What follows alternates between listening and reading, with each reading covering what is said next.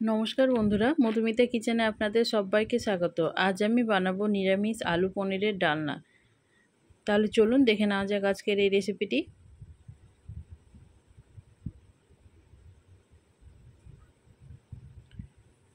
নিরামিষ আলু পনিরের ডালনা বানিয়ে নেওয়ার জন্য এখানে আমি 500 গ্রাম পনির নিয়েছি, আর পনিরটা এই ছোট ছোট টুকরো করে কেটে নিয়েছি। আপনারা আপনাদের ইচ্ছে মতো সাইজের কেটে নিতে পারেন। কড়াইয়ে দিয়ে দিলাম সরষের তেল। এই রান্নাটা আমি সরষের তেলেই করব। তেলটা একটু গরম হয়ে যাওয়ার পর এখানে আমি দিয়ে দেব খুব অল্প হলুদ গুঁড়ো আর দিয়ে দেব অল্প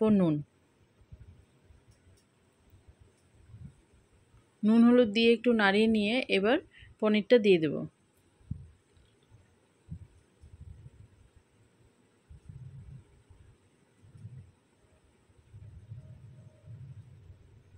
নুন হলুদ দিয়ে পনিরটাকে হালকা করে ভেজে নেব, খুব বেশি লাল লাল করব না।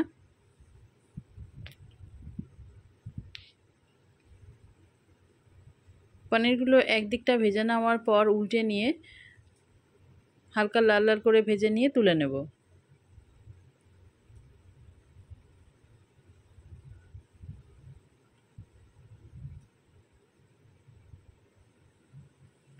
দেখুন পনিরটা ভেজে নেওয়া হয়ে গেছে, এবার তুলে নেব। আর একই রকমভাবে বাকি পনিরটাও ভেজে নেব।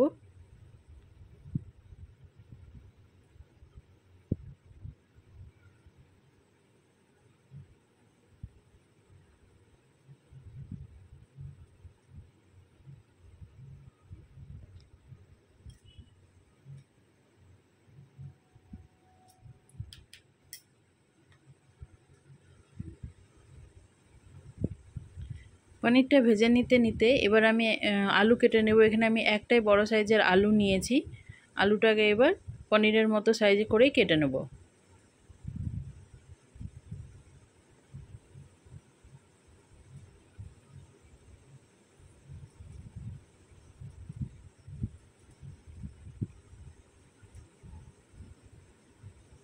পনিরের এই রেসিপিটা আপনারা রুটি, ভাত, লুচি, পরোটার সাথেই কিন্তু পরিবেশন করতে পারেন। এটা খেতে কিন্তু খুব ভালোই হয়। আলুটা কেটে নেওয়া হয়ে গেলে এবার আলুটাকে আমি ভালো করে ধুয়ে নেব। আলুটা কেটে ধোয়া হয়ে গেছে। আর পনিরগুলো দেখুন এক সাইডটা ভাজা হয়ে গেছে। এবার উল্টে নেব। উল্টে নিয়ে একই রকম করে হালকা করে ভেজে নেব।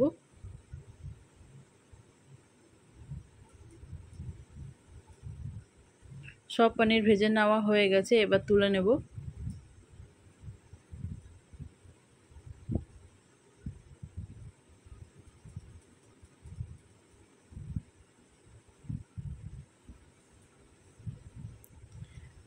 পনিরগুলো ভেজে নেওয়ার পর কড়াইয়ের মধ্যে তেল আছে, সেই তেলে দিয়ে দিলাম আমি হাফ চামচ গোটা জিরে আর দিয়ে দেবো একটা তেজপাতা। জিরেটা লাল লাল করে ভেজে নেওয়ার পর এবার কেটে রাখা আলুটা দিয়ে দেবো।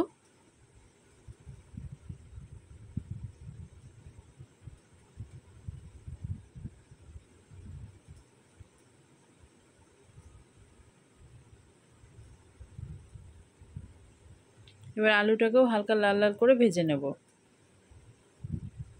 এদিকে আমি মশলা করব, তার জন্য আমি আদাটা কেটে নেব। মশলার মধ্যে দেব আদা, টমেটো আর লঙ্কা।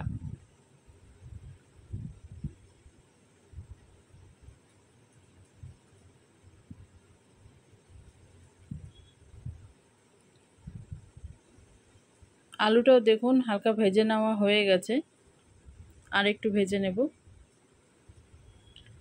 এবার বেটে রাখা যে মশলাটা করেছিলাম আদা, লঙ্কা, টমেটো, সেটা দিয়ে দিলাম। মশলা দিয়ে একটু ভালো করে নাড়াচাড়া করে নেব। মশলাটা দিয়ে ভালো করে নাড়িয়ে নিয়ে এবার গুঁড়ো মশলাগুলো দিয়ে দেবো। দিয়ে দিচ্ছি হলুদ গুঁড়ো, দিয়ে দেবো স্বাদ মতো নুন, আর দিয়ে দেবো 1 চামচ ধনে গুঁড়ো, 1 চামচ জিরে গুঁড়ো, আর দিয়ে দেবো হাফ চামচ লঙ্কা গুঁড়ো। সব গুঁড়ো মশলাগুলো দিয়ে দিয়ে অল্প জল দিয়ে, যাতে মশলাটা পুড়ে না যায়, এবার আমি খুব ভালো করে মশলাটাকে আলুর সাথে কষিয়ে নেব।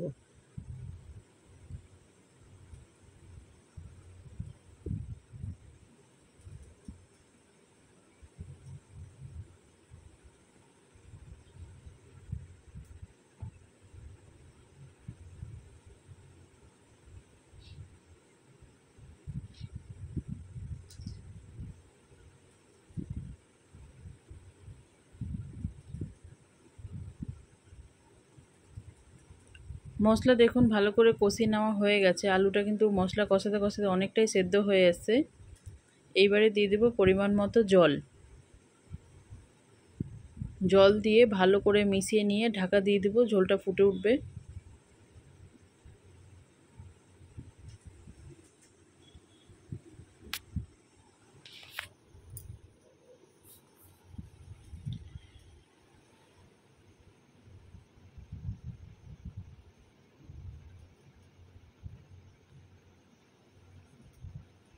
ঝোল ফুটে গেছে, ঢাকনাটা খুলে নিয়েছি। দেখুন ঝোলটা ফুটেও গেছে, আলুটা কিন্তু সেদ্ধ হয়ে এসছে। এবার ভেজে রাখা পনিরগুলো দিয়ে দেব।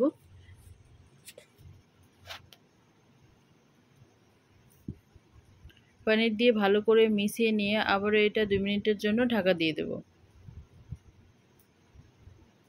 ঢাকনাটা খুলে নিলাম আর দেখুন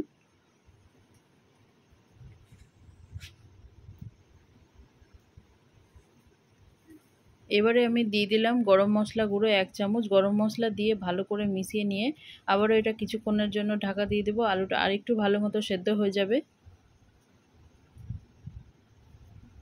ঝোলটাও একটু মাখা মাখা হবে।